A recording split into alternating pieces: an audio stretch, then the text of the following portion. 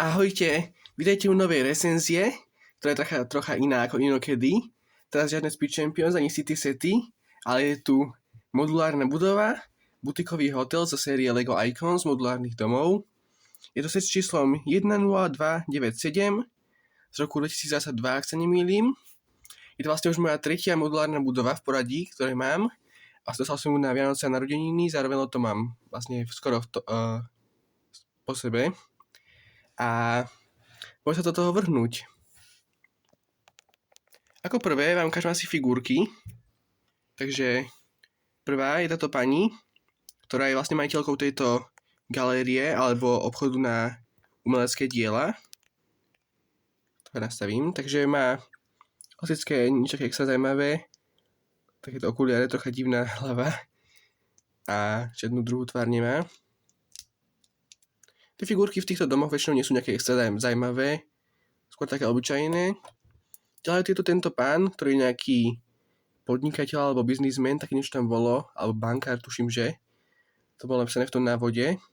Má klobúk, oblek a má kufrík a v ňom je kalkulačka.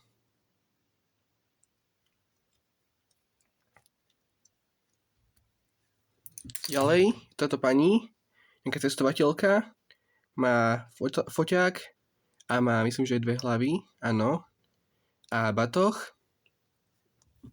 Potom táto, to je recepčná toho hotela, má vlastne takú tú uniformu a iba 1 hlavu, klasickú. Potom je tu tento pán aj s týmto vozíkom na batožinu a tiež má takú istú uniformu, tiež len 1 hlavu. Ďalej, táto pani, tiež nejaká cestovateľka, má kufor, v ktorom teraz nie je nič, ale tento dielik som nikdy ešte nevidel predtým. Zaujímavý. A má aj dážnik alebo slnečník a aj druhú hlavu s okuliarmi. A ako posledná figurka je tento predávač kávy aj s vozíkom. Má vlastne oblečenie s logom. Aj zaujímavú hlavu, ktorú som tiež ešte nevidel nikde predtým. Iba 1. A ten vozík, úplne jednoduchý. To si zle zaostruje dneska. Vlastne je tu nejaká striežka, stroj na kávu, 2 poháriky, dá sa tlačiť. Vlastne tento set je vlastne vyrobený k výročiu 15 rokov modulárnych domov. A preto tam sú viaceré referencie, ktoré boli aj v návode ukázané. A postupne vám ich vlastne ukážem, ak si za ne spomeniem počas recenzie. Jednou z nich je práve tento vozík, ktorý je vlastne referencia na ten úplne prvý modulár, a to bol Cafe Corner, kde mal vlastne také isté tieto schému farebnú, žltú a bielu. Takový to je vlastne stadial, ten vozík, takže to je prvá referencia. A poďme sa vrhnúť teda na samotný dom a začnem teda vonkajškom. Na spodnom poschodí môžete vidieť kríky, a lampu samozrejme, tá je v každom sete. Potom zaujímavé toto zlaté dieliky. Chodník je trocha úzky. Myslím, že iné moduláry majú trocha širší ten chodník. Ešte je trocha nevýhoda, ale akože nie je to nejaké extra hrozné. Potom na druhom poschodí môžete vidieť balkón, ktorý je vyrobený z pút, čiernych dielikov pút, normálne policajtských. Také zaujímavé. Dvere sa dajú otvárať. A veľmi pekný dizajn týchto okien, sa mi fakt páči, tie slupy vedľa nich. Aj tá farba je taká zaujímavá. Potom nejaké 2 vlajky. A na vrchnom poschodí je akoby už časť strechy, ktorá je takéto divnej zelenej farby, ako takej medenej. Kvetináče, úplne maličké okienka, pomaly cez ne nič nevidno. A na streche, vlastne na celej streche je tento dizajn akoby vlastne pomocou týchto hádov z Ninjaga. Akoby proste nejaký kovový rám alebo tak. A na streche aj strešné okno, cez ktoré môžete vidieť do izby hotelovej, ktorú si potom samozrejme ukážeme. A vpredu sa to zle natáča, lebo je to strašne veľké, takže je také trocha. Takže vpredu je vlastne logo hotelu, napíšem H, dvere vchodové so zlatou kľúčkou, ktorá je vyrobená z pištole. Potom veľké okno a na vrchu maličký balkón, tiež veľmi pekne urobený z týchto stĺpov. A potom aj vežička s zlatým zakončením, ktorý vlastne je lyžiarska palica. zaujímavý dizajn. Veľa takýchto dizajnových prvkov tam je použitých z rôznych dielikov špeciálnych. A vlastne celé toto je, ako môžete vidieť, v uhle. Nie je to samozrejme normálne, ako to býva 90 stupňový, ale je to proste, môžete vidieť. A na druhej strane je to trocha zaujímavejšie. Tu sú na vrchu také isté okná, nič také zaujímavé. Ale je to táto terasa, ktorá sa dá celá oddeliť a vám ukážem podrobnejšie. To je vlastne názov tejto galérie, ktorý sa potom presunieme. El Cubo Fine Art. Potom 2 lampy, nejaké listy a táto palma, som zabudol slovíčko, ktorá je vyrobená zo zlatých koruniek.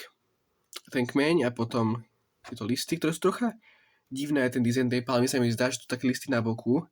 Trocha netypické, ale akože je veľmi pekná. A potom je tu stôl, akoby barový, kde sú nejaké poháre a fľaša. Vzadu nejaké okienko, listy a 2 stolíky. Trocha malá terasa. A na ňu vedú vlastne tieto schody kamenné, ktoré sú zakončené touto akoby bráničkou, kde sú tiež použité putá a hadica. Potom tu je páčidlo pre zlodeja, nechcem to dať dole, už sa fakt ťažko dáva. Ale to vlastne páčidlo, ktoré používajú zlodeji z Lego City.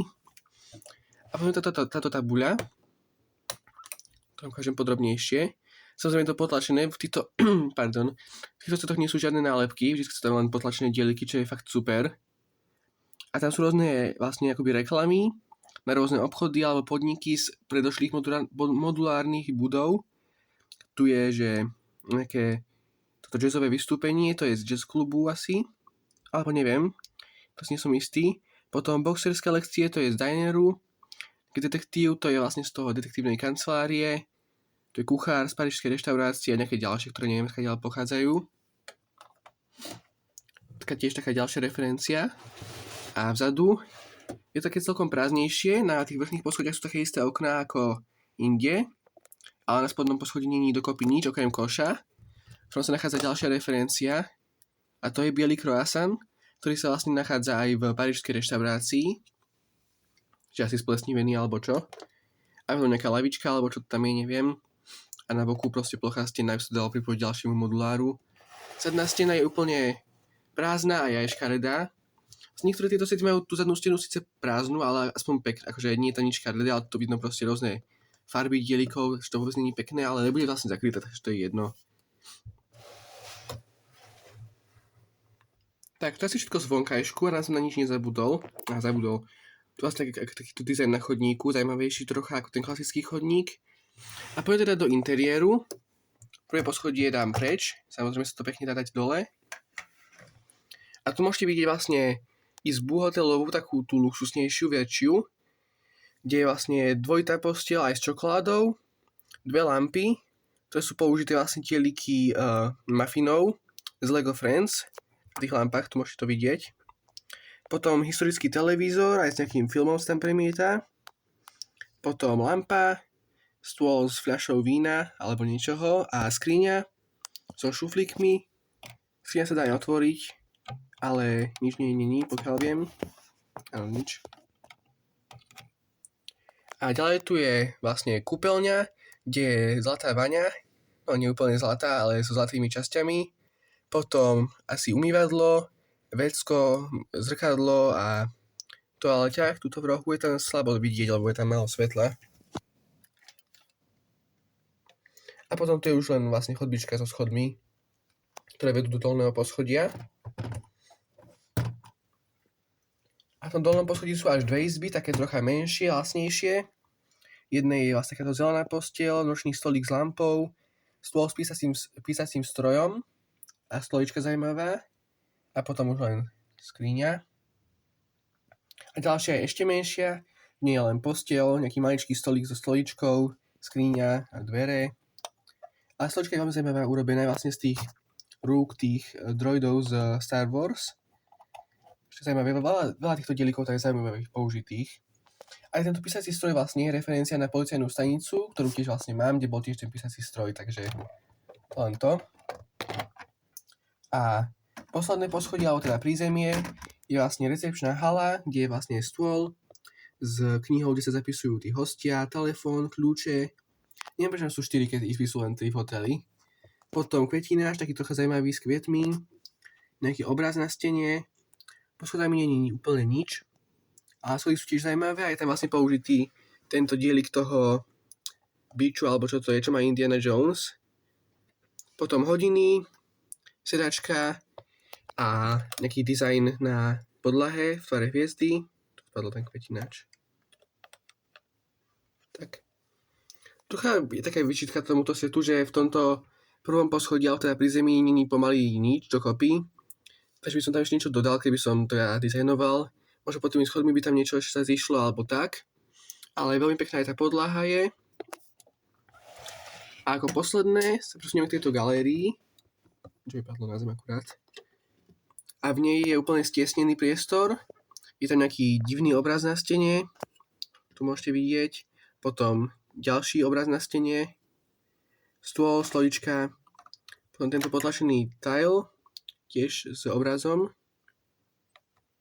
Ale najzaujímavejším dielikom je táto kocka. To je vlastne referencia na vlastne predchádzajúce modulárne budovy vychádzali pod témou Lego Creator Expert. Takže to už vlastne Icons nejaký čas. A to je vlastne logo tej témy Creator Expert. Takáto divná kocka. Priesvitná. Tam dali vlastne tiež ako referenciu.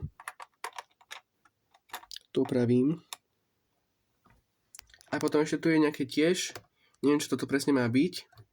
A potom ešte tu je taká akoby busta, alebo ako to nazvať. Nevidno to tam poriadne. A to je vlastne vraj referencia na tú radnicu, neviem. Nikdy som tam nevidel, by som tam padol tento. Ale vraj je to referencia podľa návodu. A ďalší modulárny set. Tak a teraz sa si poskladám a ukážem vám to celé. Ešte vám ukážem, ako vyzerá vlastne to poschodie zo spodu. Ako vidíte tam rôznych týchto dielikov použitých, rôznych plejtov, divných tvarov, aby to vlastne bolo v tom uhle možné. To je taká zaujímavosť. Tak mám teraz celé postavené, čo vám takto ukážem.